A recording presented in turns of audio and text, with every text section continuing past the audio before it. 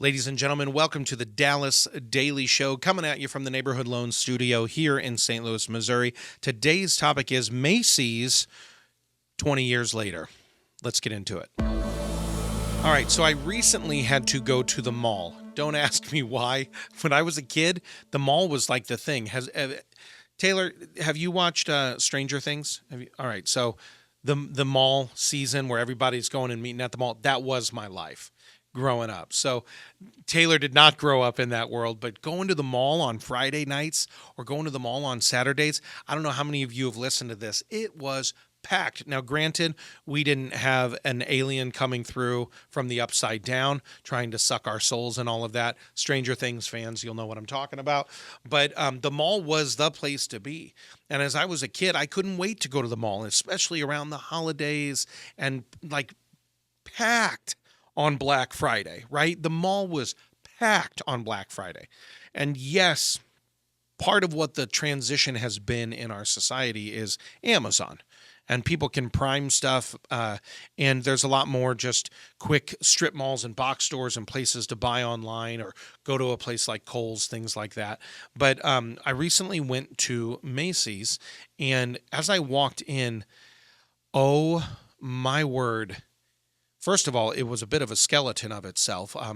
Where there used to be 50 employees, there were maybe 20 in the whole store, maybe. But it was everything I remembered it to be. It felt like a total callback to the 80s, but it didn't have the vibrancy and it didn't have the life. But here was the other thing that was really intriguing to me. When I was there, I was younger. I was smaller. So I was both, my stature was different, but also my mind was different. And going to it now and like looking up, and our Macy's has a big like upper dome in the center of it, and seeing all of that, everything felt smaller. Again, I'm taller than I used to be. So everything felt smaller, and it just felt like, whoa, this store has changed. And in fact, it actually hasn't. Yes, the environment, the store has changed in a way that it doesn't have as many people in it. But I'm the one who's changed. I'm the one whose perspective is different. I'm the one who's a little bit taller. I'm the one who's a little bit wiser, who looks around and sees the mall as a different thing than what it used to be. And I started thinking, what other old environments have I maybe kept locked? Because I was excited. I was excited to go to Macy's, and I was excited to go, oh my gosh, I haven't been to the mall in years. This is going to be fun. And I go into the mall and I'm like, oh, no, this is not how I remember it, but it's also kind of how I remember it. But it's totally different because I'm a different person. There's this old adage that, and pardon the male language here, okay, everybody, but there's this old adage, no man steps in the same river twice. First, because the river is not the same, and second, because the man is not the same. And I got to thinking about what other old environments could I walk into that maybe I need a fresh perspective on, or maybe I need to apply my new, different perspective to the old environment. Maybe I would think a little bit differently about the place that I was. Maybe I would be able to look at it with a little more grace. Maybe it's not an old environment. Maybe it's not an old job or an old church or an old whatever it might be for you. Maybe it's an old relationship.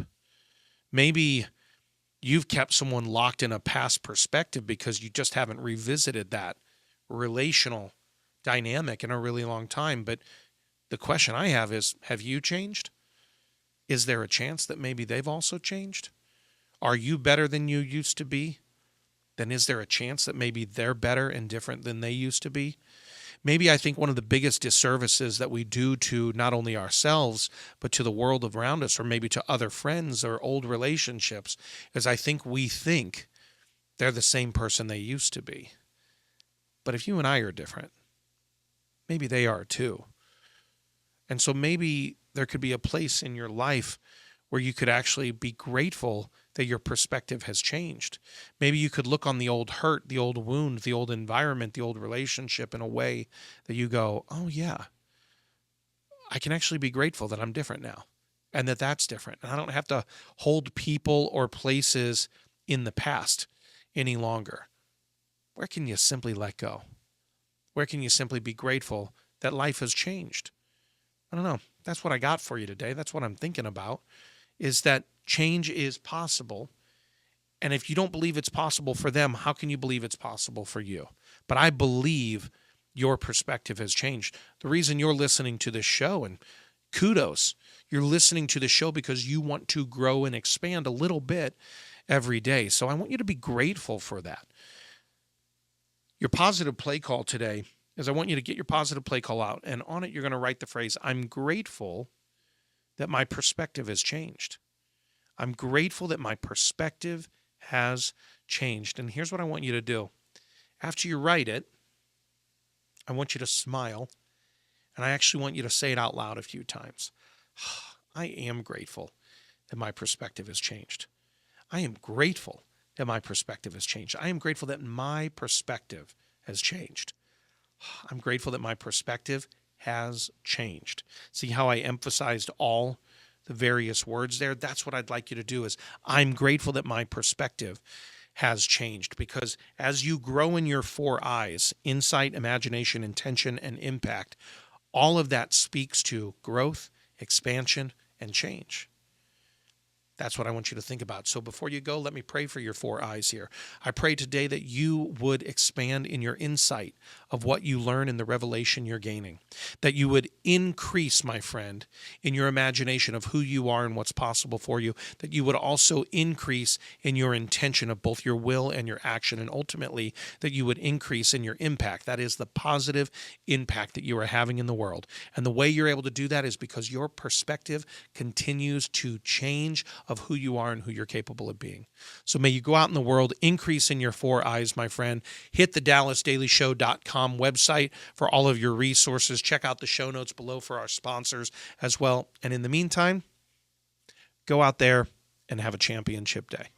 Thanks for listening to my dad's podcast. For more tools, go to DallasDailyShow.com. Be sure to like, subscribe, and share. Thank you.